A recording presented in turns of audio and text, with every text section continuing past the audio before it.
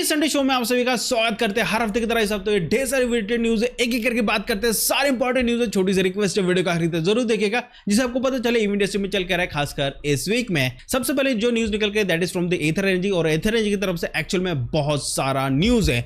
सबसे पहले जो न्यूज निकल कर है दैट इज एथर एनर्जी की ईएल प्लेटफॉर्म पे बेस्ड इलेक्ट्रिक स्कूटर जो कि वो 29 अगस्त को लॉन्च करने वाली है एंड लॉन्च करने वाले है 5th edition of Ather community day. वैसे भी ये प्री प्रोडक्शन रेडी व्हीकल होने वाली है एंड ये जो व्हीकल ये इंटरेस्टिंग इसलिए है क्योंकि इसका जो ढांचा है काफी बजट इकोनॉमिकल होने वाली है और ऐसा ढांचा है जिसपे ये मल्टीपल व्हीकल बना सकते हैं। इसी कारण से जो व्हीकल होगी काफी बजट इकोनॉमिकल होने वाली है। इस ढांचे की सबसे अच्छी खासियत है साइड माउंटेड मोटर होने वाला है, तो इनको वो बेल्ट वाला सिस्टम करने का टेंशन नहीं है। दूसरा, इनका जो ढांचा है जो फ्लोर बोर्ड के नीचे ये 2 किलोवाट बैटरी पैक से लेकर 5 किलोवाट बैटरी पैक वाला ऑप्शन भी दे सकते हैं। मल्टीपल डिजाइन लैंग्वेज कर सकते हैं सिंगल प्लेटफॉर्म पे, इसलिए कंपनी इस पे काफी समय से काम कर रही है एंड फाइनली 29 अगस्त को इस व्हीकल को लॉन्च किया जाएगा। हालांकि प्राइस क्या होगा, क्या इसकी बुकिंग अमाउंट होगी, वो सब कुछ 29 अगस्त को पता चलेगा, बट ये कंफर्म्ड है कि 29 अगस्त को प्री प्रोडक्शन रेडी व्हीकल को शोकेस किया जाएगा। आखिरकार एथर की तरफ से एक नई व्हीकल तो आ तो रही है कम से कम। इसके अलावा जो नेक्स्ट न्यूज निकल के दैट इज हीरो मोटोकॉर्प ने फाइनली अगेन इन्वेस्ट कर दिया 1000 करोड़ एथर एनर्जी में।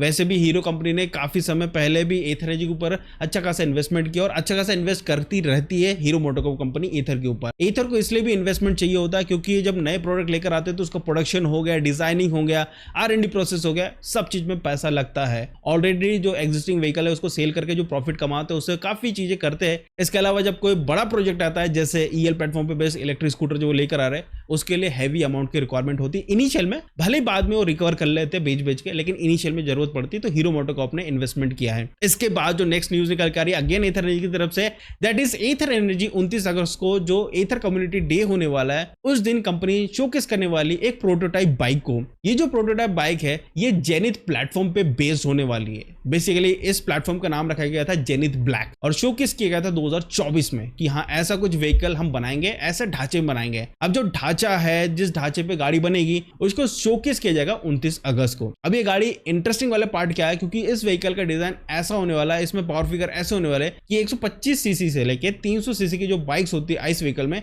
उसके इक्विवेलेंट इसमें पावर होने वाला है और रेंज तो एथर की गाड़ियों में ठीक ठाक आपको देखने को मिल ही जाती है। हालांकि इंटरेस्टिंग वाला पार्ट ये है कि इस व्हीकल को तब ही लॉन्च किया जाएगा कि मार्केट की डिमांड अगर मोटरसाइकिल की है तब ही कंपनी इसको बनाएगी, अदरवाइज नहीं बनाएंगी। तो सिर्फ आपको अभी के टाइम में प्रोटोटाइप दिखाया जाएगा 29 अगस्त को। वैसे बहुत सारी कंपनी है जो बाइक पे काम कर रही है एंड जो एथर एनर्जी की तरफ से जो लास्ट न्यूज है दैट इज एथर रिश्ता एस में एक छोटा बैटरी पैक वाला ऑप्शन दे दिया है that is 2.7 kilowatt hour, but यहां पे एनएमसी की जगह एलएफपी केमिस्ट्री की बैटरी यूज की गई है। हाँ, एलएफपी केमिस्ट्री की बैटरी का ऑप्शन दिया है जिससे आपको सेम 2.9 किलोवाट बैटरी पैक से जो रेंज मिल रही थी 123 किलोमीटर की, सेम रेंज आपको 2.7 kilowatt battery pack LFP chemistry battery से मिलती है। एनएमसी ज्यादा सिक्योर्ड होता है एलएफपी के कंपेयर में, इसलिए एनएमसी में कंपनियां ज्यादा इन्वेस्ट करती हैं। हालांकि रिश्ता पोर्टफोलियो में देखोगे तो 2.9 किलोवाट बैटरी पैक वाला ऑप्शन भी आपको मिलेगा। 3.7 किलोवाट बैटरी पैक वाला जो ऑप्शन है उसको कंपनी ने हटा दिया है,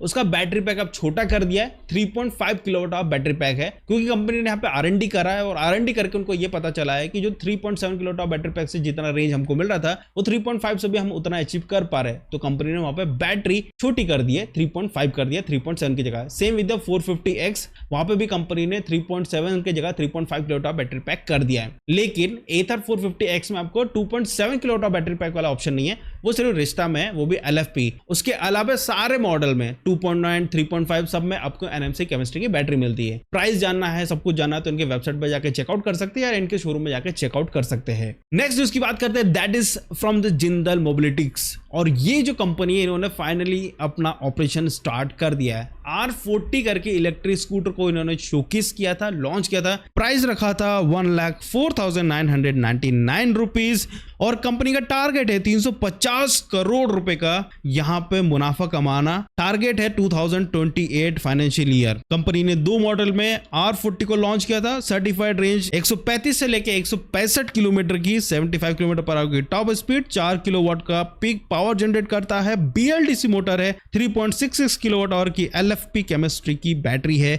NMC ज्यादा बेटर है, पता नहीं क्यों LFP दे रहे। LFP पहले ज्यादा डिमांडिंग थी क्योंकि वो कम साइज में ज्यादा रेंज दे पाता था, लेकिन अगेन NMC ज्यादा सिक्योर्ड है, थर्मल रनअवे के चांसेस काफी कम होते हैं, तो इसलिए काफी कंपनी जो प्रीमियम कंपनी है वो NMC में शिफ्ट हो चुकी है, तो NMC आपको बैटरी मिलती है। तो यहाँ पे LFP है, इसके अलावा आपको 24 लीटर का अंडरसीट स्टोरेज है, और यहाँ पे जो बैटरी है वो आपको ठीक ठाक देखने को मिलती है। आजकल 3.66 से थोड़ा सा रेंज ज्यादा ही मिलता है, इसमें थोड़ी सी रेंज कम देखने को मिल रही है क्योंकि BLDC मोटर है, थोड़ा पावर हंग्री होता है इसी कारण से। नेक्स्ट उसकी बात करते हैं, ये थोड़ा हाईटेक हो जाता है, डीप टेक टेक्नोलॉजीज, जिनका एक स्टार्टअप है E3 इलेक्ट्रिक AI, जो कि ऑफिशियली रेज कर चुका है 300 करोड़ फंडिंग, जो कि एक्सेलरेट करेगा advance product innovation. E3 Trion electric scooter नाम होगा जिसपे ये काम करने वाले हैं। मॉड्यूलर चैसी आर्किटेक्चर होगा। बेसिकली ब्रांड आगे जाके मल्टीपल EV बनाने का प्लान है, जैसे एथर EL01 प्लेटफॉर्म पे बेस्ड इलेक्ट्रिक स्कूटर है, वैसा ही कुछ आर्किटेक्चर पे काम कर रहा है जिससे वो मल्टीपल व्हीकल बना सके। इसके अलावा पेटेंटेड AI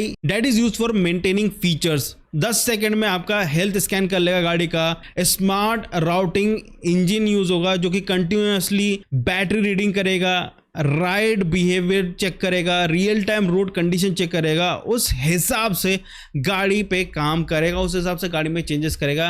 अब इतना ज़्यादा टेक्नोलॉजी ज़रूरत है क्या AI यूज़ करना? मेरे को तो लगता है इलेक्ट्रिक व्हीकल में जितना सिंपल रख सको उतना बढ़िया है। मेन फोकस करो रेंज और परफॉर्मेंस, दैट्स इट। स्पेस अच्छा खासा देना चाहिए और ऐसी गाड़ी बनाना चाहिए जिसको इजीली मेंटेन कर सके, like Bajaj Chetak, like TVS। Complicated बिल्कुल मत बनाओ, सिंपल बनाओ, जितना सिंपल रहेगा उतना बढ़िया होगा। नेक्स्ट उसकी बात करते हैं, that is from the Honda. Honda India में फ्लॉप तो हो ही चुका है। अब होंडा ने बोला चलो भाई इंडिया में इतनी ज्यादा डिमांड है नहीं, तो चलो अब वियतनाम चलते हैं। तो होंडा अपनी प्रोडक्शन स्टार्ट कर रहा है वियतनाम में, सितंबर से स्टार्ट कर रहा है, क्योंकि वियतनाम में एक्चुअल में इलेक्ट्रिक व्हीकल अच्छी खासी बिकती है, वहां पे डिमांड भी अच्छी खासी है। तो अब होंडा ने डिसाइड किया कि अब वियतनाम में प्रोडक्शन करते हैं, वियतनाम में ही सेल करते हैं। इंडिया में तो दाल गली नहीं, एक्टिवा ई उतनी खास तो बिकी है नहीं और ना ही डिमांडिंग है। इन्होंने दूसरी गाड़ी भी लॉन्च की थी QC1, वो भी काहे बिकी है। दोनों ही फ्लॉप प्रोडक्ट है, इतने कम गाड़ियां बिक रही है। यही चीज दर्शाता है इंडिया में कि भाई तुम अगर कम प्राइस में अच्छी चीज, प्रैक्टिकल चीज लेकर आते हो तो ही बिकता है। ये दूसरी कंपनियों ने सीख लिया है। होंडा, सुजुकी, यामा ये समझ ही नहीं रहे, ऐसे ऐसे व्हीकल लेकर ऐसे प्राइस में लेकर कौन लेगा भाई, थोड़ा एनालाइज करिए प्लीज। वेल होंडा तो भाई अब अपने प्रोडक्शन पूरा वियतनाम में करेगा इलेक्ट्रिक व्हीकल का खासकर। नेक्स्ट उसकी बात करते हैं जो थोड़ा हाईलाइटेड रहा है इस वीक, दैट इज किया की साइरोस EV। हाँ, आइस व्हीकल में तो इतनी अच्छी बिक नहीं पा रही है, तो इलेक्ट्रिक व्हीकल में अब कंपनी लेकर आने वाली है। ये सेकेंड मास मार्केट EV होने वाला है किया के तरफ से। इसकी बुकिंग स्टार्ट हो चुकी है, प्री बुकिंग लगभग 25,000 से आप कर सकते हो अक्रॉस इंडिया। आपको इस व्हीकल में अनमैच बैटरी एंड रेंज मिलता है। स्टैंडर्ड रेंज है 42 किलोवाट बैटरी पैक और एक्सटेंडेड रेंज है 51.4 किलोवाट बैटरी पैक। अब ये अनमैच क्यों बोल रहे हैं कंपनी वाले? देखो इसके कंपटीशन में क्या है, पंच है या फिर आपकी नेक्सॉन है। अब पंच की बात करते हैं तो वहां पे आपको मिलता है 30 एंड 40 किलोवाट बैटरी पैक, और नेक्सॉन में आपको 30 kilowatt battery pack and 45 kilowatt battery pack मिलता है। तो उस हिसाब से देखा जाए तो साइरोस काफी ज्यादा वैल्यू ऐड कर देता है, क्योंकि इसकी जो बेस वेरिएंट की बैटरी पैक है वही कितनी बड़ी, जिससे आपको रेंज मिलेगी लगभग 443 किलोमीटर की IDC range with 42 kilowatt battery pack and 51.4 kilowatt battery pack से आपको 526 किलोमीटर की ARAI रेंज मिलेगी। Battery as a service as an option दिया जाएगा, 3.3 rupees per kilometre life time warranty मिलेगी। अगर मैं आपको मोटर की बात करता हूं तो 51.4 किलोवाट बैटरी पैक से आपको फ्रंट एक्सेल इलेक्ट्रिक मोटर मिलेगा, जिससे प्रोड्यूस होता है 171 PS and 255 newton metres of torque, 0 to 100 kilometre पर hour top speed in 8.1 seconds में ये गाड़ी अचीव कर लेती है। एंड इसका रेंज ही एक्चुअल में कंपटीशन में हड़कम मचा सकता है। इसी कारण से ये गाड़ी एक्चुअल में एक किलर प्रोडक्ट होने वाला है। डिजाइन साइड कर दो, अपार्ट फ्रॉम दैट गाड़ी एक्चुअल में किलर प्रोडक्ट होने वाला है। नेक्स्ट उसकी बात करते हैं, that is from the MG ने रिसेंटली इंट्रोड्यूस किया है ADAPT multi power train platform को। एक चैसी में 4 इलेक्ट्रिफाइड ऑप्शन आपको दिया जाएगा। ADAPT का फुल फॉर्म क्या है? Advance drive architecture platform technology. Basically यहाँ पे 3 टाइप के आपको मॉडल्स एक्चुअल में मिलेंगे, plug in hybrid, strong hybrid, range extender और EV। यस, टोटल 4 आपको वेरिएंट आपको मिल जाएंगे सिंगल चैसी के साथ। ये चैसी, ये आर्किटेक्चर इसलिए इतना ज्यादा इंपॉर्टेंट है क्योंकि इसमें काफी कुछ चीजें मिल जाती है। 2026 से लेके 2027 के बीच में 2 वेरिएंट तो डेफिनेटली आने ही आने वाले हैं एमजी की तरफ से, plug in hybrid and strong hybrid. एक compact 10-in-1 intelligent electric unit होने वाला है, डेडिकेटेड हाइब्रिड पेट्रोल इंजन यहां पे आपको मिलने वाला है, डेडिकेटेड बैटरी सिस्टम भी आपको मिलने वाला है विद ECVT ट्रांसमिशन के साथ। एज पर ग्लोबल ईवी, अगर मैं डेटा के हिसाब से बात करते हैं, बाहर के व्हीकल के हिसाब से बात करते हैं, तो प्योर ईवी में आपको लगभग 56.7 किलोवाट बैटरी पैक से लेके 69.2 किलोवाट बैटरी पैक तक का ऑप्शन मिल सकता है। 530 किलोमीटर की आईडीसी रेंज हो सकती है, 201 bhp and 310 Newton of torque होने वाला है इस प्योर ईवी व्हीकल्स में जो कंपनी लेकर आने वाले इस नए आर्किटेक्चर में। प्लस प्लग इन हाइब्रिड वाले मॉडल में आपको 20.5 किलोवाट आवर की बैटरी पैक लगी होगी। कंबाइंड पावर की बात करते हैं तो 194 bhp and 230 Newton of torque. यहां पे अगर मैं स्ट्रॉन्ग हाइब्रिड की बात करता हूं तो फुल टैंक में 1000 किलोमीटर की आपको रेंज प्रोवाइड करेगा और प्लग इन हाइब्रिड के साथ तो ये रेंज थोड़ी सी बढ़ भी जाएगी, यानी आप बैटरी को चार्ज भी कर सकते हैं, इंजन में भी चला सकते हैं, इंजन आपकी बैटरी को चार्ज करेगा, देन वो मोटर से आपके टायर को पावर देगा। मतलब लुक एट दैट, मतलब तुम समझ रहे हो ना एमजी किस लेवल पे सोच रहा है कि उनको आगे क्या क्या लेकर आने वाला है, वो अभी से वो प्लान आउट कर रहे हैं। और फाइनली ढांचा दिखा दिया, आर्किटेक्चर दिखा दिया कि ये आर्किटेक्चर पे हम लेकर आ रहे हैं जिसमें हम मल्टीपल चीजें कर सकते हैं। नेक्स्ट उसकी बात करते हैं, that is from the Mahindra. देखो महिंद्रा का तो चाकन प्लांट है, वहां से कंपनी ने लगभग 3 मिलियन प्रोडक्शन ईवी व्हीकल्स को वो रोल आउट कर चुके हैं। जो हाईएस्ट उन्होंने जो व्हीकल को रोल आउट किया that is BE6 electric SUV को, जो कि एक बहुत बड़ा माइलस्टोन हो जाता है महिंद्रा के लिए। सो दोस्तों ईवी संडे न्यूज में बस इतनी न्यूज थे। आई होप आपको वीडियो अच्छा लगा। चलो तो प्लीज छोटी सी रिक्वेस्ट है, लाइक से सब्सक्राइब जरूर करेगा। मिलते हैं अगले वीडियो में, बाय बाय।